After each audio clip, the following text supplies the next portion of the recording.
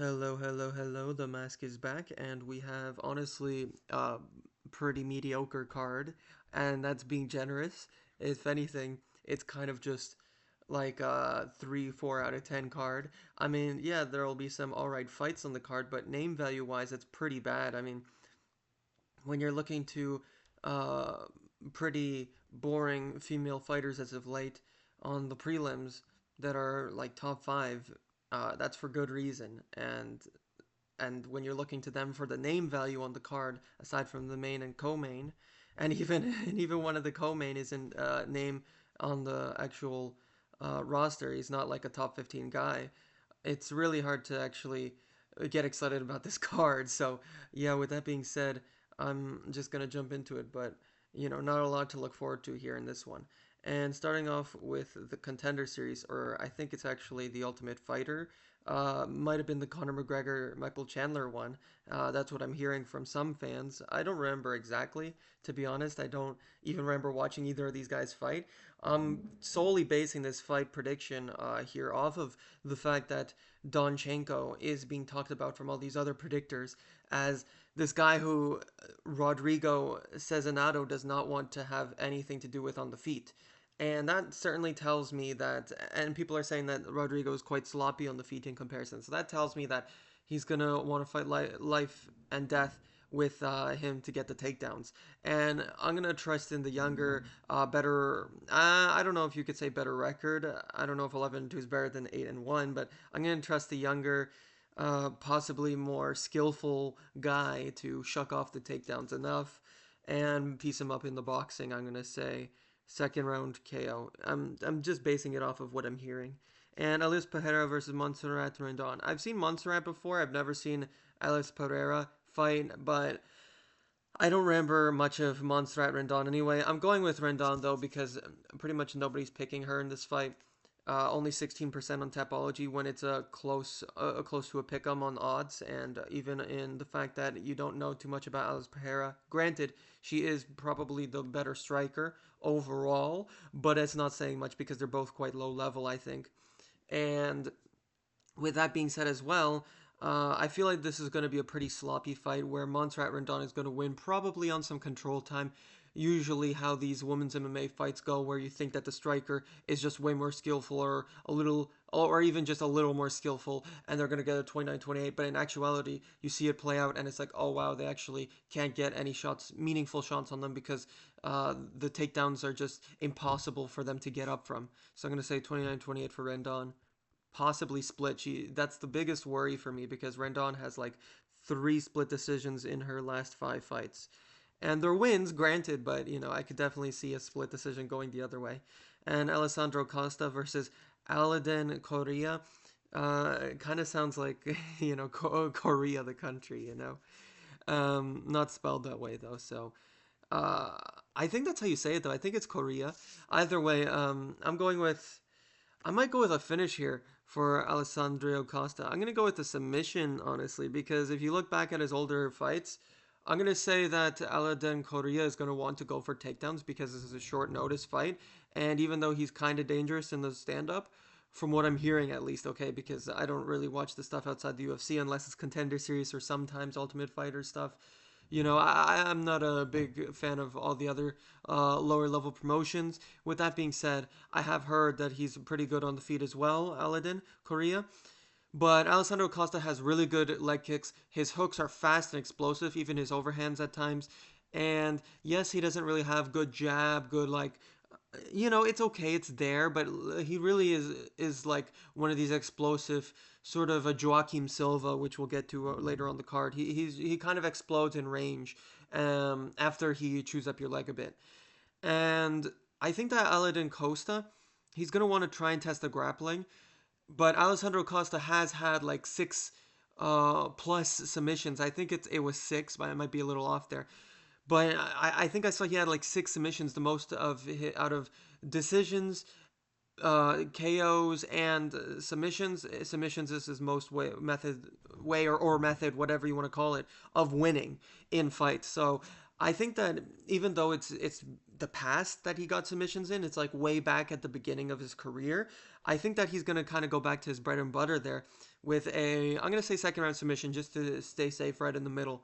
It could be round one, could be round three, could be round two. I'm gonna say round two because he's gonna take a little bit to chew at the legs, and Aladdin Korea is gonna sort of take a little while to realize that he isn't quite a match for these nasty kicks, and especially so with these fast twitch hooks in close. So I'm going to say that he's going to try and shoot, and Alessandro Costa is probably going to stuff it, and he's probably going to get like an armbar, because I think he got arm bars in his past as well. So, and I think that's his most common submission as well, if not his only one. And Cedricus Dumas versus Zach Reese, yeah, this one honestly is pretty obvious, I think. I'm going to go with, I'd say a round two KO is a little more likely, but I've gone with this logic before, and it kind of has failed me, to be honest. Like last week, I said how one of the fighters is going to get a first round KO or submission or something, and I was like, oh, that's because even though I think it should go round two, and it did, I'm going with round one because most people are picking round one. That was kind of silly in hindsight.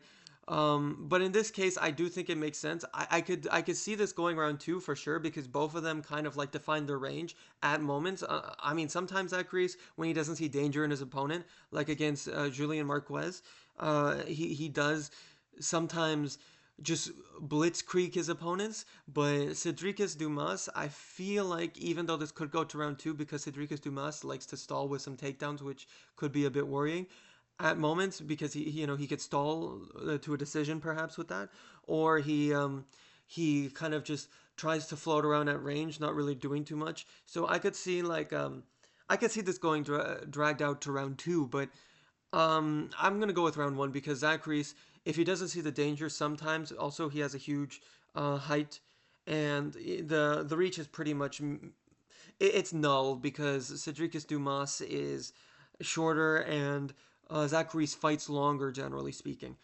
And Cedricus Dumas doesn't really have anything threatening, like I said. Like, he doesn't, when he pops the lazy jab, he doesn't put anything behind it too often. He'll put like a fairly lazy two behind it. He'll put like a 1-2. That's pretty much what he does on the feet. He doesn't yeah, he doesn't do too much, is what I'm trying to say. I don't know how I'm stumbling over the word do, but moving on. Cedricus Dumas, I guess, right? It's funny thing I gotta say, I actually just thought of this now. This is kind of like, I mean, not with this haircut that Zacharias has in this picture, but it's and not this haircut that Cedricus Dumas has either, but this kind of is like Walmart. What's the guy's name? Wing C versus Death Sentence. This is literally Walmart, Death Sentence, and Wing C. Wing C is actually pretty good though. So I mean, look, if this is anything like Death Sentence, what Death Sentence versus Wing C would be like, yeah, I'm picking Zach Reese first round KO, Jesus Aguilar and Luis Gruli. I am going with Luis Gruli. I know most of the YouTube guys on predictions are picking Jesus Aguilar because he's a solid underdog with how Gruli's a moderate favorite, and it should be closer for sure. However, I think that what Jesus Aguilar has showed in the past, and since Luis Gruli has a pretty like tight Chad Mendes build where guillotines are going to be hard for him to be submitted from, Jesus has a tendency to go for that when he gets taken down. And even when he's not getting taken down, he'll kind of just go for it when it's not really there. And Weasel kind of went a little excessive on sort of critiquing that aspect, and it's there, no question. But I think that Luis Gruli is a very good grappler. He's granted he's kind of just a wrestle stalling guy. He's one of those typical American wrestling guys who kind of just stalls it out. And if you give him opportunities, he'll go for like a guillotine or a few ground and pound shots that are actually meaningful. But for the most part, he kind of stalls out to a decision, and I think that's what he's going to try and do here.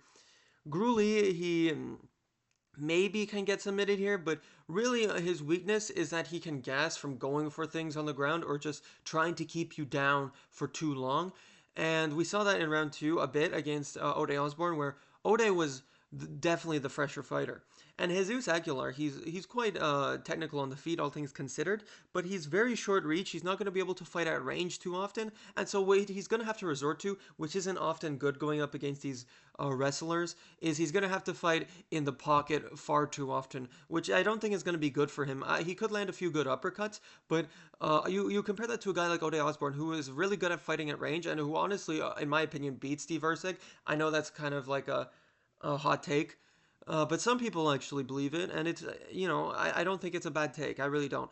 And so Ode Osborne is actually pretty good. He's pretty much only lost to guys who he's able to be wrestled down from. And that's kind of how Steve Erceg came back. Like, Ode Osborne's a really good striker, and he has a huge reach for the weight class. He's pretty huge for the weight class in general, which is why the Steve Erceg fight went to 135. And with that being said, I'm going with Gruli by decision because I think he's going to be able to stall out the first 2 rounds while kind of just swinging out random hooks and the occasional overhand that lands on the temple in the third round. But for the most part, Jesus Aguilar is going to land 1-2s and go for some failed guillotines, some guillotines in the third round and not get them, but get close in moments. So it's going to be like a 29-28 based on the first 2 rounds. And Tatiana Suarez versus Amanda Lemos. Yeah, I don't actually think a submission is that likely here. I'm going to go with a decision. I know that Amanda Lemos, I'm pretty sure has been subbed before, but I think it was against like Mackenzie Dern or something way back in the day. Maybe I'm wrong. But Tatiana Suarez, she has like a good guillotine. We saw that against Andrade, Jessica Andrade. And she's submitted some other solid opposition. However, I do think that Amanda Lemos, she's able to stay pretty safe. She throws up some submissions, but it's never enough for Tatiana Suarez to like pass the guard or pass to side control. It's never usually that much that Amanda Lemos does. She usually just kind of holds the body triangle, and if Tatiana Suarez or her opponent in general is able to like give something meaningful, then she'll take it. But aside from that, she mostly just throws up triangles and nothing much else. Sometimes she'll go for an arm, I guess, but for the most part, she just throws up triangles.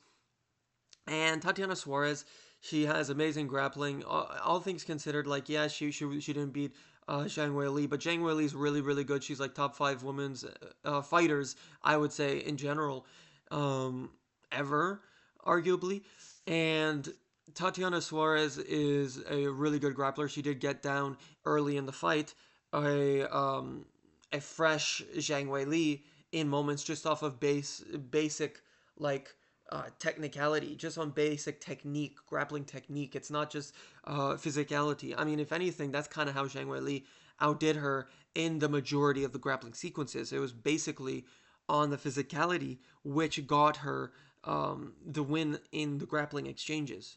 Zhang Weili I'm referring to, of course. And Amanda Lemos isn't that strong. She basically has to rely on her power punches when things get separated and stood up onto the ground or, in striking. She has to do a Hail Mary hook. That's pretty much it. So, or like a 1-2, I guess, and get one of those pity TKOs that she's gotten in the past. So I'm going to say like a 30-27 for Suarez. Boring.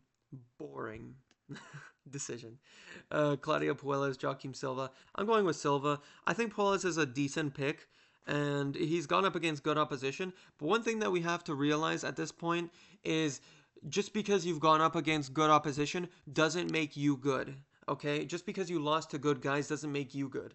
And Joaquim Silva, he also kind of has that going for him because he lost to the number 1 guy in Arman Tsarukyan outside of Ilia Topuria, who would smash him. But that's besides the point. Because, Joaquim Silva, let's be honest, Joaquim Silva, it is kind of relevant because he did, kind of tag Arman Tsarukyan when he was just entering at range with a lead jab or a lead hook very recklessly without any real setup. Arman was just kind of entering in range without much setup at times in that fight, and it was like, wow, Joaquim Silva really was able to capitalize, and he has power. You saw that in that fight. I don't think that Claudio Puelles has the straight-up athletic takedowns that Arman has to just lift Joaquim Silva in the air when he is desperate for the takedowns. I think that Claudio Puelles is a much more traditional jiu-jitsu sort of grappler, and not in the sort of modern sense of jiu-jitsu, even though those wouldn't really handle themselves very well in the modern landscape of MMA either, because of the fact that they kind of they they're not accustomed to the 3 5 minute rounds and the cage and a whole bunch of other stuff and using knees and kicks. If they had some sort of other MMA base, or not MMA but like martial arts base, like a boxing sort of background as well with that, or a judo as well with the jiu-jitsu, then I'd be like, all right. But Claudio Puelles doesn't really show that much often, and he kind of had an all right showing against Fares Ziam, no question. Like Fares Ziam is pretty good as well, but again, like you just need to get away from all these jiu-jitsu entanglements, and you should be able to piece him up on the feet. So I'm gonna say I could definitely see a finish, but in this one, I mean, Joaquim Silva is, even though he has power, he kind of doesn't let his hands go too much, even if he sees a finish coming his way. So I'm gonna say like a 29-28. I'll go with Jose Medina and Dusko Todorovic. I'm surprised at some people actually picking Jose Medina, some YouTubers. I'm going with Todorovic, the Slavic Sneeko. I mean, his face really does look like his, doesn't it? I understand that he is a bit of a low fight IQ guy himself, and both of these guys are very low level, but Dusko is actually kind of okay offensively with his hands. Defensively, he certainly leaves a lot to be desired. He doesn't bring his hands all the way up too much, and he kind of leaves it towards his chest area most of the times. His hands, he doesn't use them to defend or block very meaningfully at moments. But we saw against Jordan Wright. Let me just make sure I'm saying that right. Yeah, Jordan Wright. Let me make sure I'm saying that right. Okay, dad jokes. But no, he is actually kind of fierce in that regard. That offensively, if he just lets his hands go, and we saw that against Zachary Reese in moments, he was actually able to come back and sort of almost win. Um, I don't think it was 30-27. I think he when I say almost won, I meant like he almost won the third round. I think that was like kind of a 50-50 round. I think one or two of the judges gave that to Dusko, and Zach Reese is honestly kind of solid. Dusko, the thing about him is I think that he goes for leg locks too much. That's something that I notice in especially the Zach Reese fight, but even against Mansour Abdul Malik.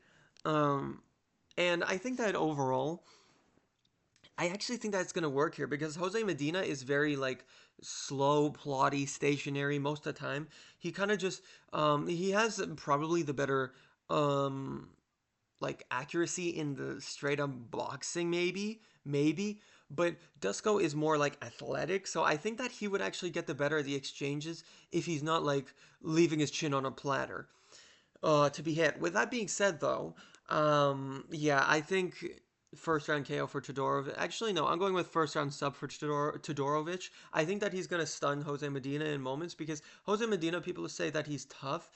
I mean, I don't know. Is he? Because I mean, Mansour Abdul Malik. Yes, he also finished another tin can. Let's be honest. The Walmart Yuri Prohaska.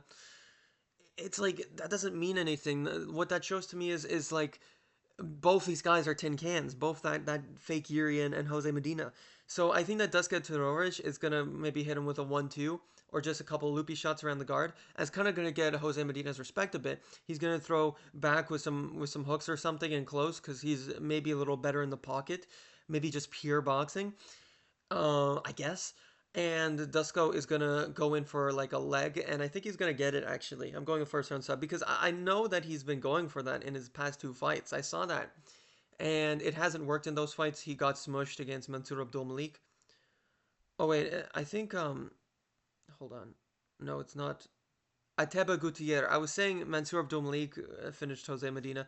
No, but it was Ateba Gutierrez. I was thinking about Dusko Todorovic because he's the one that got smashed for going for the leg locks or knee bars, whatever, against Mansour Abdul Malik. You get my point. Jose Medina, he got smashed, and so did Dusko, but he actually proved that he has finishing ability in the UFC. And he's been going for that leg locks. I think that he's been training on that if he's going for it in almost every single fight. So I'm gonna say first round submission. And Santiago Luna versus Quang Lee. I've been hearing some really good things about Santiago Luna, and Quang Lee, on the other hand, he has not impressed me on short notice against a decisionator in a what's his name? It's like Christian something, Chris Gutierrez. I can't believe I almost forgot. I mean, his fight style is quite boring, so forgive me, but it's it was a pretty forgetful fight as well. Forgettable. I think it was 30-27. Quang Lee had almost no success. It was pretty much just a leg kick jab fest from a Chris Gutierrez, who honestly is not really special talent in the UFC. He was able to get ranked off of being gifted the most aged Frankie Edgar we have seen to date. And so, he landed a knee that we already saw against Corey Sandhagen was available, especially against taller guys. And Quang Lee, he had no success in that fight. He almost had no success against Zhao Long. Let me just make sure that's the name. Yeah, Long Zhao. And yeah, he got a UFC win against Gaston Bolaños, but who's Gaston Bolaños? I mean, come on, like this guy is not uh, UFC talent either. In fact, he obviously he's less than because Quang Lee defeated him. But Santiago Luna is definitely not a tin can, and Quang Lee has. Uh, I just haven't been impressed. Okay, he's literally the definition of an NPC, and he's not even one of these guys like a Chris Gutierrez NPC wise who just floats around at range, chopping your leg, not really capitalizing on the fact that he's chopped your leg, and just continuing at that to try and get a decision. He's not like that. He's kind of like a sitting target, Quang Lee. I don't even remember most of the success he's had in the UFC, or if there is any really. I'm going with like a first round KO to be honest. I just don't trust in Quang Lee because I don't know what he's done in the UFC. I just all of his fights have looked very unimpressive, even against the Gaston Bolaños. That's the name, right? Yeah, okay. I can't believe I'm like halfway forgetting some of these names.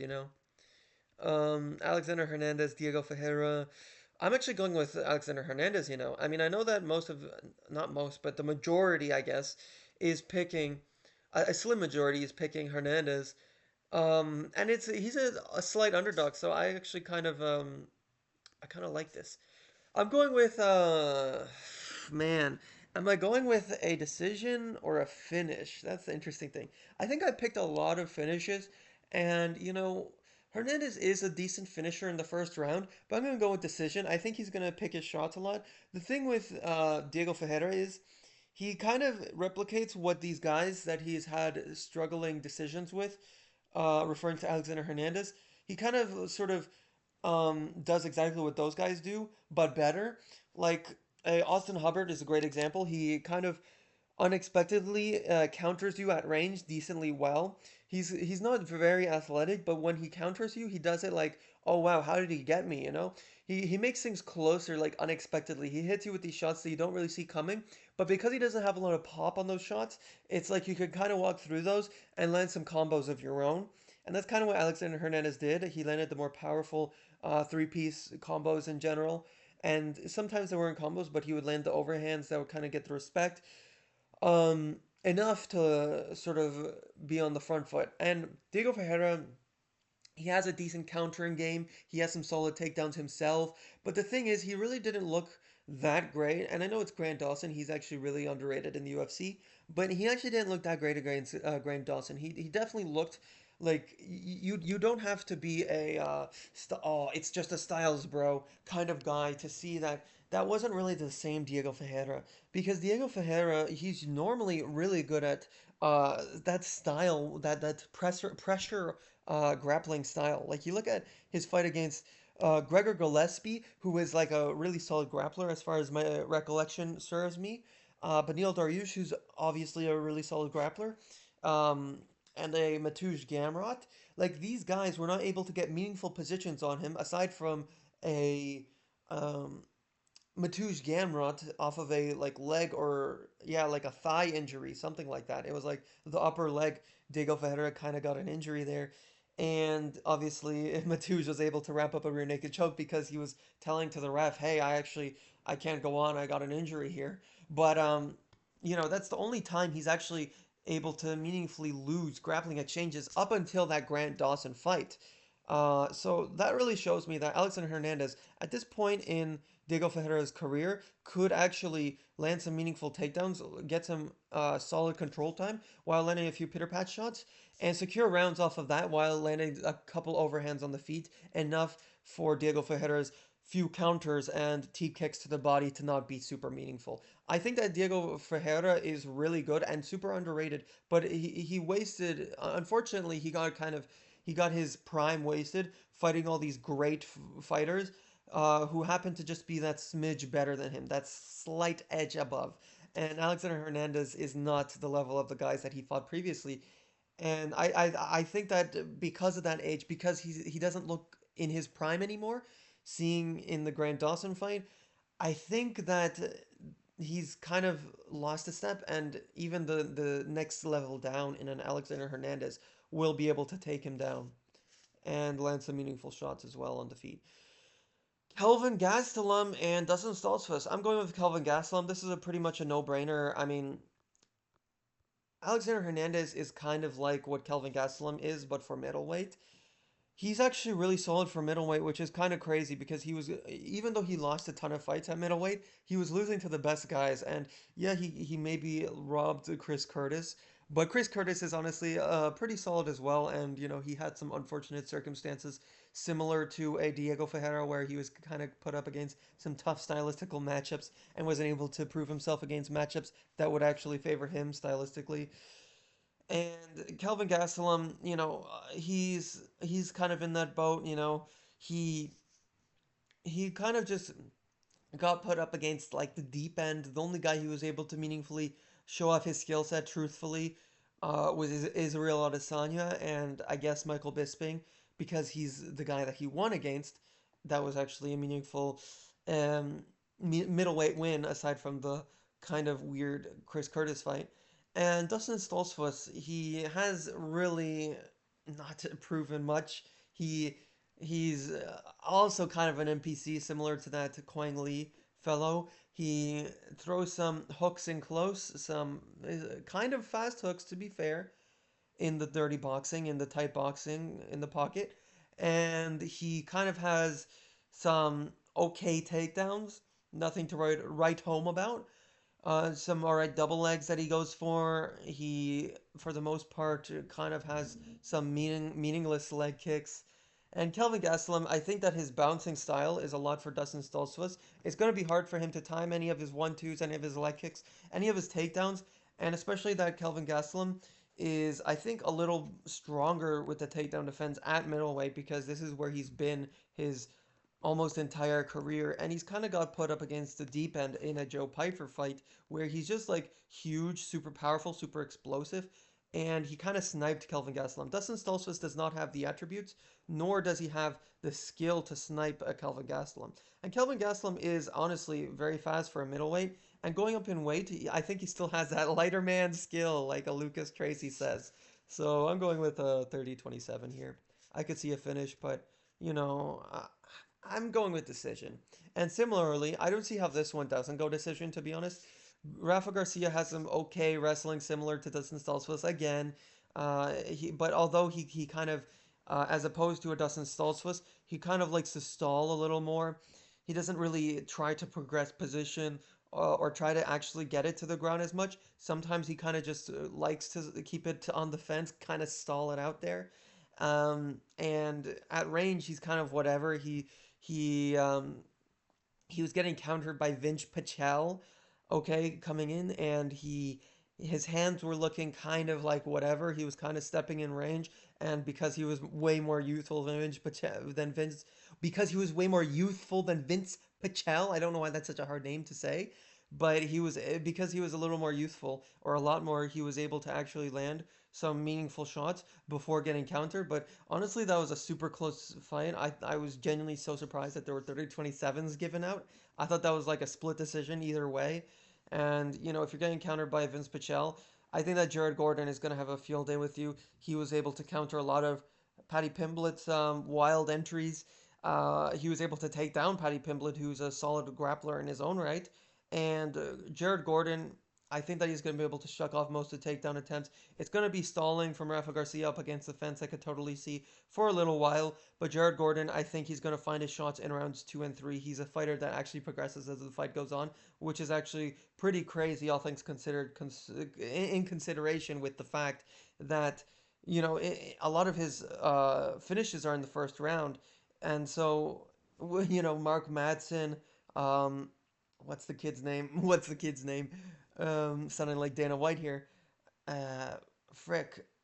Thiago Moises. Yeah. Lots of these guys get finished in the first round, but honestly, he looks like he gets better as the fight progresses. And that just shows what an underrated win Jared Gordon is on the resume of a Grant Dawson.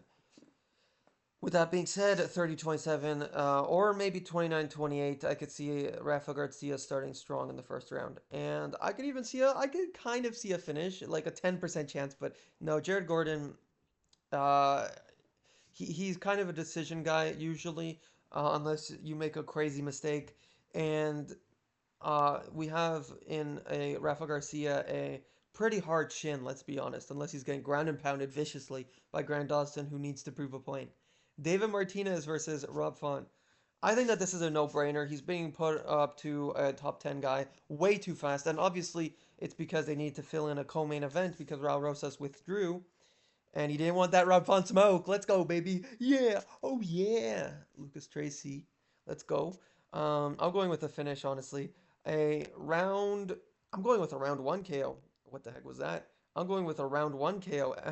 Why not? Listen, Rob Font did this to Adrian Yanez. He's gonna fraud check another Mexican prospect. We have David Martinez, who pretty much he kind of replicates quite a few things that a Alessandro Costa does, where he kind of um, feels the range with leg kicks first, and then he comes in with these super fast explosive hooks. Sometimes he does like an uppercut. I've noticed he did pretty good with the uppercut against this Dos Santos or Simon Oliveira. He did pretty good in that regard, but this guy Simon Oliveira was just kind of keeping his range with kickboxing earlier in the fight, and obviously David Martinez had to find his range later in the fight to then get the shots he needed to find the finish. And Rob Font, look, that's certainly something to look out for because for Rob Font, he also is one guy that likes to sort of feel things out early and then get better as the fight progresses. That's kind of something that Rob Font does as well. But in this fight, he won't have to because Rob Font, he's going to see the levels difference here. He's going to pump the jab, and I think that the jab is going to reach the target much better, considering that he has a huge reach advantage, and he's a little taller. Not much. It's pretty much negligible at this point, since they're both like 5'7", 5'8". It's pretty much practically evens. But the reach is definitely something to notice, and I think that the leg reach isn't going to be enough for David Martinez in this fight. I think that he's going to land a couple, but Rob Font is going to pump the jab at him, and David Martinez is going to be forced to swing a little wildly, considering that the leg kicks aren't going to be there for him to judge the range as much. And I think that Rob Font, when he feels his range, when he feels his opponent is kind of just swinging recklessly, he's going to be able to find that collar tie that he did against Adrian Yanez. And he's going to be able to land some uppercuts on David Martinez. He's going to drop him with one of them. I'm calling it. And he's going to follow up with some ground and pound shots similar to that comeback fight against, I think it was Tegeu Mizugaki for Dominic Cruz, that like comeback fight that he had where he's kind of just like flailing shots at him that aren't really super impactful, that isn't doing too much, but it's up against the fence. He's not really defending himself, so you kind of have to step in. It's going to be one of those like pity TKOs in the first round. Yeah, I'm going to say like an uppercut leading to some some pitter pat shots up against the fence, like Dominic Cruz, Tegeu Mizugaki, similarly. And Diego Lopez versus John Silva. I'm going with a round three John Silva TKO. I think that John Silva is going to find his reads. I think that he's really good. One thing that is certainly something that's a saving grace here is that a kind of similar stylistical guy who doesn't quite have the same attributes as Diego Lopez and isn't quite as explosive and fast, Drew Dober was actually able in the third round, and this is something that gives me hope, kind of, for Diego Lopez, because I really want him to beat the brakes off John Silva, this fake Christian. One thing that really gives me hope is that he found the Drew Dober, he found these moments where Jean Silva will kind of just put the guard up and not really like use fancy footwork to get up off against the fence or shoot takedowns or really counter. He would kind of just let Drew Dober hit him around the guard a bit in the third round, maybe to regain some energy, maybe to get a breather. And if that wasn't stopped because of the cut, which don't get me wrong, it was a nasty cut, it deserved to be stopped. But if Drew Dober was able to go on, he definitely looked like the fresher fighter. And John Silva, his gas tank isn't really that proven. I think that if he's able to dictate the fight, it could be a situation where he actually has the better gas tank. Diego Lopez has shown a really good gas tank throughout almost all his fights, aside from the Dan Ige fight. So that's honestly kind of a myth with Diego Lopez. In the Alexander Volkanovski fight, he was actually doing good in the fourth round, as opposed to earlier in the fight, where in rounds one and two, aside from the fact that he dropped Volkanovski, he was actually kind of getting blitzkrieged by Volkanovski's super fast in tight pocket combinations. And Jean Silva, he's definitely not a Volkanovski who's chinny. I don't think so. But if you're Diego Lopez who swings like that, like he does, I mean, it's definitely capable to drop Jean Silva when he's kind of just covering up against the fence, trying to recover or gain some stamina when he's kind of going after you. And I think that something that's really good to look out for here is the calf kicks. I think that John Silva has a tendency to not check those at all. He hasn't meaningfully defended any leg kicks. And the Bryce Mitchell fight showed not just that, but also even the body kicks is there. And so I think that stylistically, Alexander Volkanovski is a nightmare for him. I also think that John Silva is kind of a nightmare for Volk, but that's what everyone's saying. I'd still pick Volk stylistically, even out of his prime. I think that he's going to chew the legs, and he could even get a leg kick TKO, one of the first for Volk, for Volkanovski. But either way, I think that John Silva, I think that his reads are too good. I think that Diego Lopez, the thing about him, I'm saying I think a lot, I just realized. But either way, I see that Diego Lopez, what he does too much to enter in range, too much of the time, he had a good counter against Brian Ortega, that like hook into an uppercut or something. Or maybe they were both hooks, but I think the one that woke up Brian Ortega was maybe like a shovel uppercut type thing. Diego Lopez, he pretty much just steps in range with fast, very threatening, very dangerous hooks and uppercuts, sometimes overhands. But I mean, yeah, he definitely has a lot of power, and it's certainly something to look out for. I think he can win the first round based off that, landing a few leg kicks. Although he definitely doesn't throw as many leg kicks as you'd like to see going up against John Silva, who is certainly a weakness for him. It's certainly a weakness for him, I should say. And Diego Lopez, he has very much threatening power. He has speed. He has athleticism. And if anyone's going to take it to the ground, it is Diego Lopez. However, he kind of has a long neck, and Jean Silva has a tendency to go for the ninja chokes, sometimes guillotines, and he is honestly quite good with those. The ninja chokes especially, but he has a very tight guillotine as well, and you've seen it. You could see that he has some pretty good technique with it. Only thing is, sometimes he gets a little too hungry for it because he doesn't feel the threat up against certain opponents, and he kind of just goes for that guillotine or goes for that ninja choke. But I think that he's going to find his reads. The first round's going to be kind of rough for him. He's going to have to eat some hooks. He's going to eat a couple uppercuts. He might even get a little rocked with one of the uppercuts. But ultimately, I think in the second round, Joan Silva's going to land his shots. He's going to counter with a beautiful 1-2 that really stumbles Diego Lopez up close to the fence, and he's going to kind of unload some shots on him. Maybe like a spinning kick to the body or to the head I could see from Joan Silva as well. A few of those. He has an underrated kicking arsenal. Some of the spinning attacks he throws are quite impressive.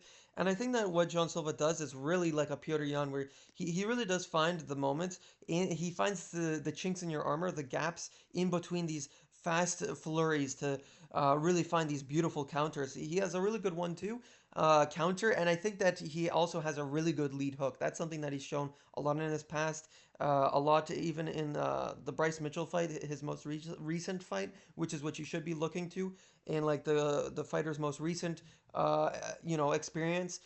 And you compare that to Diego Lopez's most recent experience, where he was kind of getting jabbed endlessly, and John Silva doesn't really have that great of a reach. And we know that Volkanovski utilizes his reach super effectively, especially for his height.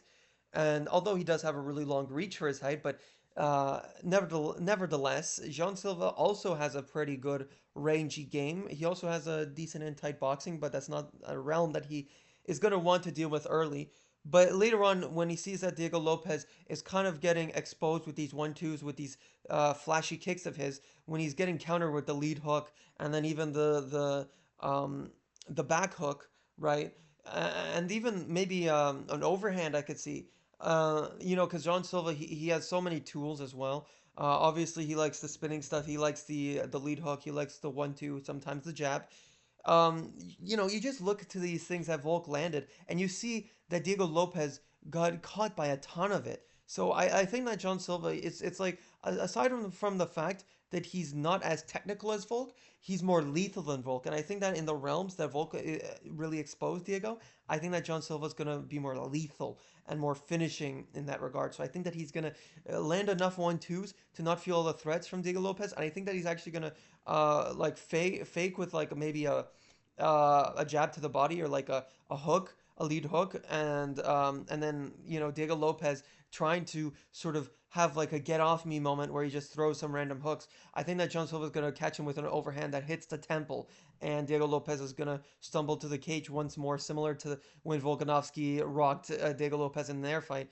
And I think that it's going to be a round three, a TKO up against the fence, where he kind of, similar to Melsik Bajtasarian, goes to the body first and then hits him to the temple a few more times. Yeah, brutal round three TKO. So those are my picks. I felt like those were pretty detailed. I'd be genuinely surprised if I get another 7 out of 12 or 7 out of 13. I think this one might even be 14 fights on this card. If I get 7 on this one, man, I gotta freaking do something new with this research, okay? Because I'm falling off here. I used to be able to effortlessly get 9 of 12 or 9 of 13 on a card, but now I can't even freaking get that.